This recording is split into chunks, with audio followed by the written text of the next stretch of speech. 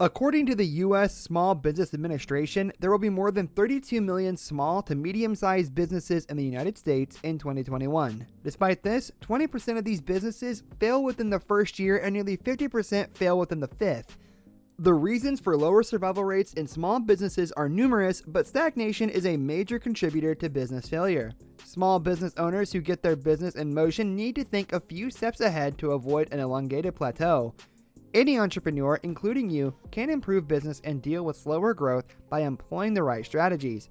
All you need to know is where to start. Let's list them out. Number 1, organize your processes and workspace. The more you delve into your company, the more cluttered it can become, literally. You may have paperwork strewn about your deck, an unorganized Google Drive, and subscription services with out-of-date payment information. When you implement more organization and efficiency, your goal of improving business becomes easier to achieve. Reviewing your technology and streamlining it with simple digital services is a great place to start. Get rid of applications you don't use, digitize paper files, and add relevant team members to platforms. Every business owner can benefit from automation, and you don't have to be a computer genius to do so.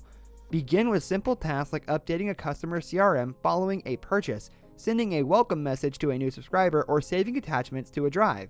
Make taking stock of your progress and learning from your mistakes a priority. You've most likely tried a variety of strategies to get your business off the ground, but what got you to point A may not get you to point B. Examine previous processes, identify what didn't work, and revise your business strategy to avoid making the same mistakes. Number 2, don't be cheap. One of the most difficult lessons for most new business owners to learn is the distinction between cheap and frugal. It's easy to see why. When a business owner finally starts making money from their hard work, they want to share in the profits. They want to be compensated for their efforts and sacrifices up to that point. This is the most common in the early stages of business, usually within the first year or two. However, the most common mistake that most young entrepreneurs or new business owners make is becoming frugal and failing to invest in the things that will truly propel their company forward. It is not the time to stop investing at this stage in a business, rather it is the most important time to invest.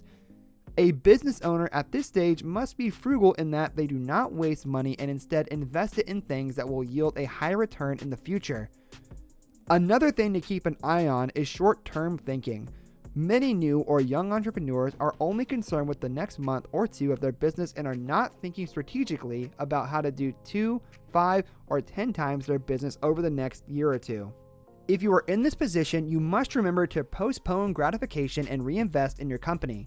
Also, at this point, you should be looking for A players to round out your rockstar team, and almost certainly one will come along during this time that will cost more than you think you can afford. This will challenge and stress you, but my advice is to get them on board. It is difficult to find true A players who are as enthusiastic and committed to your company as you are. They are essentially diamonds in the rough. Find a way to get them on board. If you are unable to pay the salary, work with them to find a way to compensate them less initially and more gradually over time, or give them something they do not currently have, maybe a more flexible schedule or more vacation. Do everything you can to get them involved because they will make a significant difference in the future of your company. Remember that there is a distinction between being cheap and being frugal. Don't be stingy. Invest in your local business and your future, and the rewards will be far greater than the small amount you are attempting to hold onto in the early stages of your venture. Number 3, know when you need support. The final method for improving business may be a difficult lesson for some obstinate business owners, but you must learn to recognize when you are out of your depth and ask for help. For example, the Small Business Administration provides mentoring programs specifically for small business owners. You can also find support groups for business owners on LinkedIn or at local business development or innovation centers. As you expand your business, try to form an advisory board, either formally or informally. Determine individuals with whom you feel at ease and who are knowledgeable about the business and industry. It helps to have a trusted group to turn for advice. But at the end of the day, the most important thing you can do to strengthen your business is to take a break. When your business reaches a plateau, it provides an opportunity to reflect on its progress and where it sees itself in the future. Every entrepreneur wishes to achieve long-term growth. Furthermore, it necessitates a commitment to ongoing research and development. That includes knowing your cash flow and areas where you could cut back on spending, staying connected to your customer base and the social platforms they use, and understanding your weakest areas and where to seek help. Continuous improvement and an openness to new experiences are required for long-term growth. If you feel out of your element with this startup-like mindset, quarterly, thorough reviews are a great place to start.